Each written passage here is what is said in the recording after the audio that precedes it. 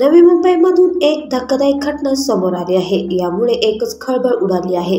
कळंबोली परिसरात 19 वर्षाची वैष्णवी बाबर आणि 24 वर्षाचा वैभव बरगुले यांची प्रेम कहाणी अंगावर काटा आणणारी आहे. एक दिवस ही तरुणी आईला कॉलेजमध्ये जाते असे सांगून गेली आणि घरी आलीच नाही. यामुळे तिचा तपास सुरू झाला. नंतर ह्या तरुणीचा मृतदेह खारघरच्या जंगलामध्ये पोलिसांना आढळून आला. पोलिसांनी तपास केला असता घटनेला वेगळंच वळण लागले. या तरुणीचे एका मुलासोबत 5 वर्षांपासून प्रेमसंबंध होते. मात्र काही क्षुल्लक कारणावरून दोघांमध्ये वाद झाले. त्यानंतर मुलीने हे रिलेशन नको असा निर्णय घेतला. यामुळे त्यांच्यात खटके उडाले. यामुळे प्रियकराने रागाच्या भरात मुलीची गळा दाबून हत्या केली. तसेच त्याने देखील एक चिठ्ठी लिहून स्वतः ट्रेनमधून उडी घेत आत्महत्या केली. मी वैष्णवीची हत्या केली आहे. मी स्वतःही आत्महत्या करत आहे. याला कोणालाही जबाबदार धरू नये असे चिठ्ठीत लिहिले होते. पोलिसांनी मुलीचा शोध घेतला तर खारघरच्या जंगलामध्ये या मुलीची बॉडी आढळून आली.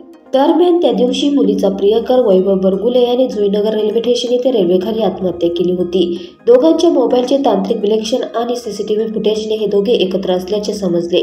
त्यानुसार पोलिसांनी तपास केला. पोलिसांनी एक विशेष तपास पथक स्थापन केले. नंतर मुलीचा शोध सुरू झाला. या घटनेमुळे या कुटुंबांना एकच धक्का बसला आहे. त्यांचे प्रेम प्रकरण कुणालाही माहीत नव्हते. या घटनेमुळे परिसरात एकच खळबळ उडाली आहे.